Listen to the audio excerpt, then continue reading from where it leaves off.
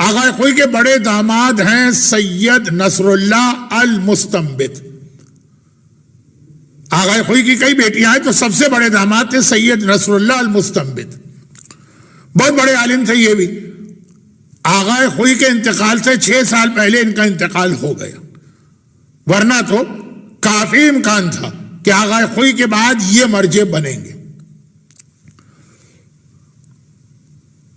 اور بہرحال ان کے بارے میں بھی وہی ہے جو صدام کا ایک طریقہ کار تھا.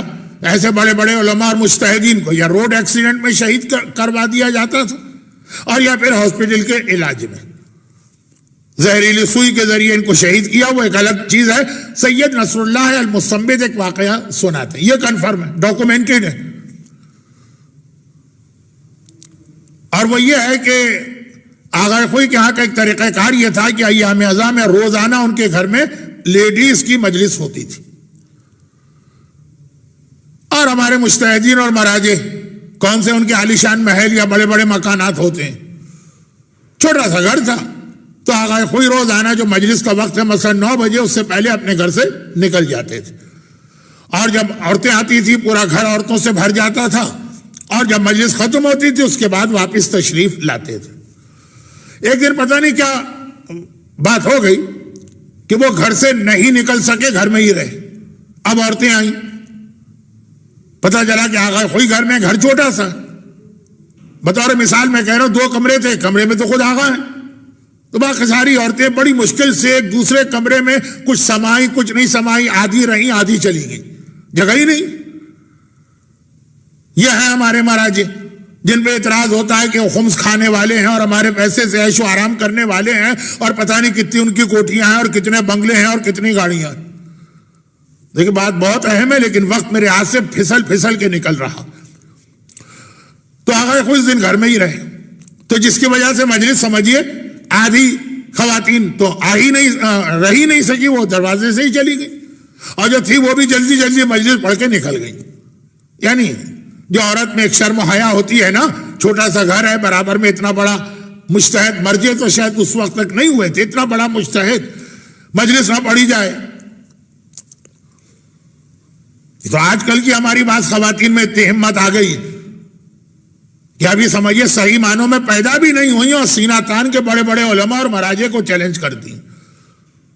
پہلے کچھ اصول ہوتے تھے، کچھ ایٹیکیٹس، کچھ پروٹوکول، کچھ صاحب علم کی شان. تو جلدی مجلس پڑھ کے چلی گئی، ختم بات. اگلی صبح کو آغا خوئی کی نگاہ پڑی اپنی بیوی پر، دیکھا بہت پریشان ہے.